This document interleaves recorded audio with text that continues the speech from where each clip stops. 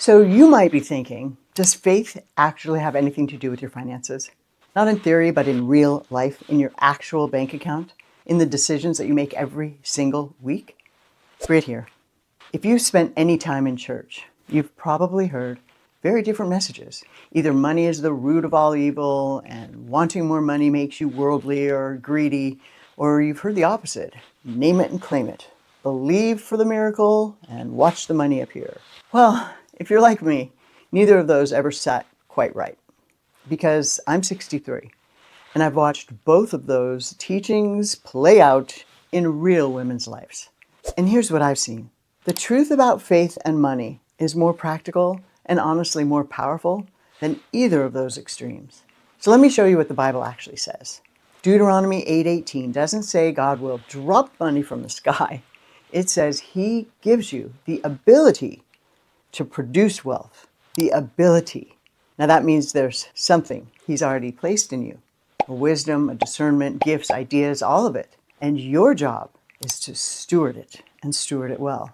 0 times 100 is still 0. So if a blessing drops into your life and meets no plan in place, no preparation, no action plan, it passes right on through your hands. And I've seen that happen.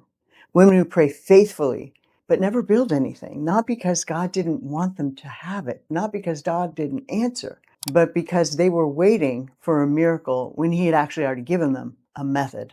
So look at Abraham. He didn't wake up one morning and find wealth on his doorstep. He went places. He built things. He met people. He formed partnerships. He managed his resources. And behind every single step, Scripture says God blessed what he was doing. He was preparing. He was staying ready. And look at Solomon, the richest man that ever lived, except maybe Elon becoming a trillionaire day before yesterday might rival Solomon. But Solomon didn't ask for money. He asked for wisdom. And through that wisdom, through strategy and alliances and ideas and following through on them, the wealth actually followed. Nations came to him and resources just multiplied. So this pattern is consistent across Scripture. God's the source, but He requires our participation. So practically, what does that mean for us? Stop only praying for money. Start praying for wisdom, tactics, strategies. Pray for a plan. Pray for the right connections. Boy, that's important. Pray for discernment to know which opportunities are from Him and which opportunities are just distraction, dressed up as looking like a blessing, but might actually deter you from your blessing. Discernment is key. Pray for discernment. And then act. Faith without works is dead. This is the part where you get to put into action the great ideas, the connections, the resources that show up. Of course, that's James 2:17. It applies directly to your bank account. Now, I know some of this might be controversial. Some of you might be saying, oh boy, what about women who aren't believers? What if they're not in church? What if they're doing just fine financially? How does that square? Well, I had to wrestle with that too. And here's what I've come to understand. God provides what Scripture points to as common grace, a capacity built into every human being to think, to create, and to build. That's why someone can build $1 billion company without ever acknowledging God.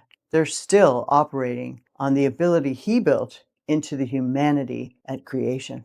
But for us women working with Him intentionally, daily, that's an additional dimension. Let's activate it. It's available to us. Not just human capacity, but specific leading, divine strategy, favor, open doors that come from an active relationship with the Lord.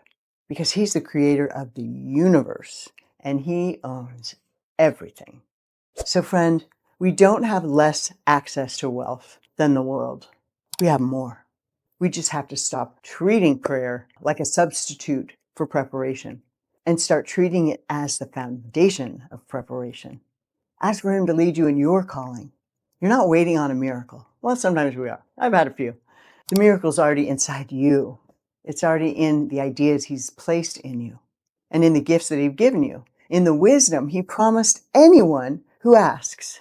Your job's to ask, then plan, then act. Listen and trust Him with the results. That's the truth about faith and money. And it changed everything for me, even at 63.